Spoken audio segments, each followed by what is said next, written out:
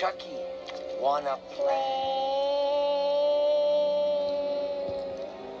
Playing Andy's mom, Karen, is Catherine Hicks, while Mike Norris, no, not that Mike Norris, that's more like it, is being played by Chris Sarandon, who is most probably known for playing the speaking voice of Jack Skellington from the 1993 film Nightmare Before Christmas. The movie does a really good job making you sympathize with both Karen and Andy. Not only does Karen come home after a long day at work to find out her best friend is dead, but to add icing on the cake, her own child is being looked at as a potential suspect for her friend's murder. And you can tell by Hicks's performance that at some point she gets really scared at the possibility that it might actually be the case, as Andy insists on that his doll Chucky is alive and is telling him to say things, to say and do stuff. Then to watch her baby boy supposedly go hysterical in front of her, the cop, and the doctor at the psychiatric hospital, just to get his doll to talk and fess up to the crimes Andy's being accused of. It's really a tough scene to watch, and to think this all started just because it was his sixth birthday and the mom wanted to make her son happy with a good guy doll, which unfortunately was really a monster in disguise. The scene of her going home with the doll is perhaps one of, if not the most iconic scene in not just this movie, but the entire Child's Play franchise. The moment she discovers that the doll has been moving and speaking without batteries, the scene gets suspenseful as this happens.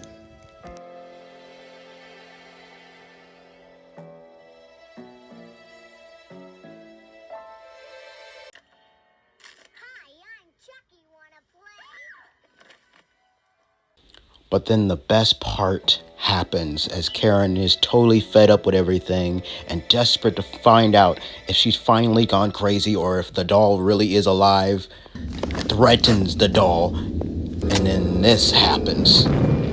I said talk to me, damn it, or else I'm gonna throw you in the fire!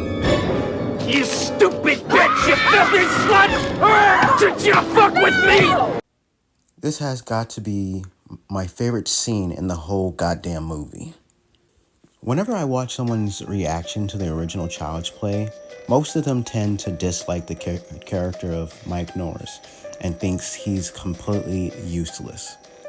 While I do somewhat understand the frustration with this character, I do need to be fair and point out some things out.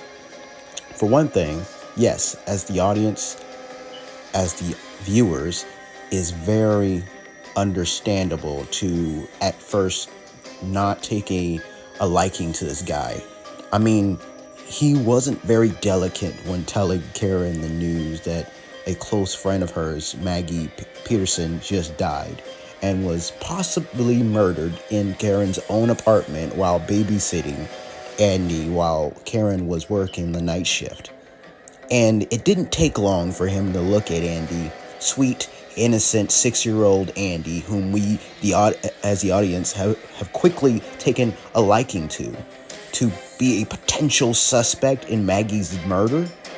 But here's the thing, guys.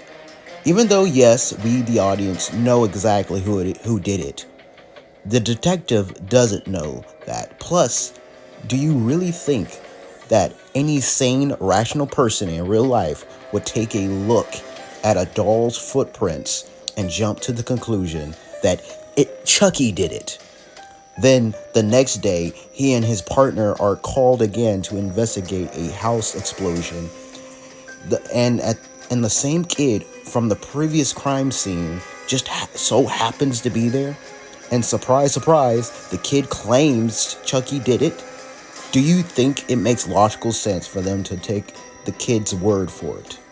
Now, with that said, it doesn't seem like he himself is 100% certain that Andy did these things either.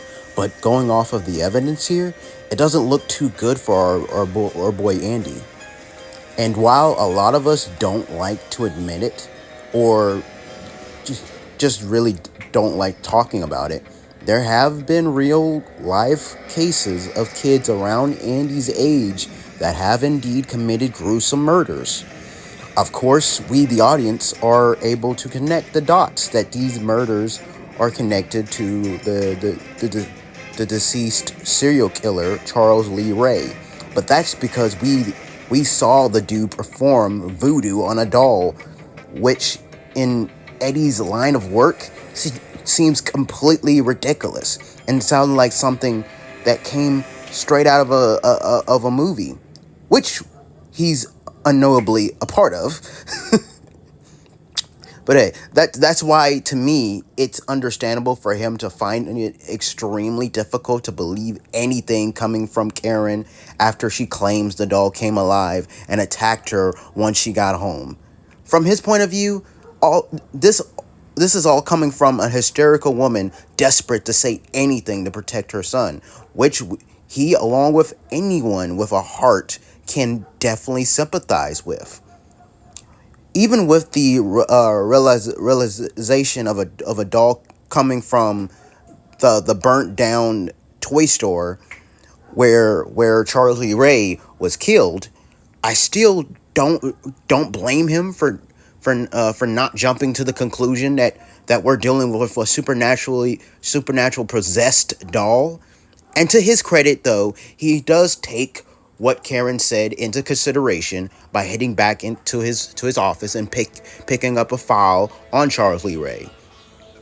Then it's at this point where he does encounter the killer doll, and now he believes her.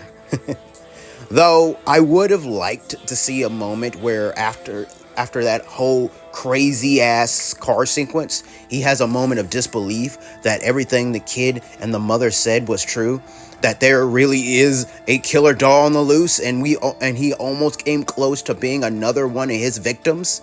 Though with the film's runtime, we don't really get that, unfortunately. The next time we see the dude, he seems to have completely came to terms with the fact that this shit is his life now, and that he's really hunting down a walking, talking toy.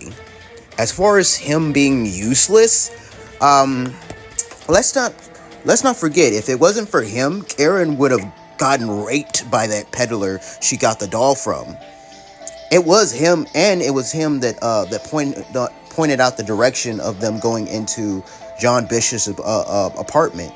Though by the time they did made it there, Chucky had already attacked and fatally wounded him.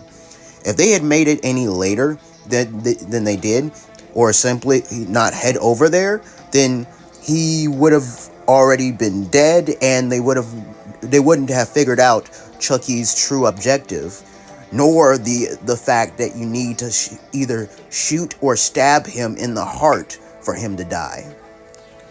And while the detective was pretty much useless for most of the climax, as Chucky stabs him in the leg, then knocks him out with a baseball bat, he was the one to get the final blow on the killer doll.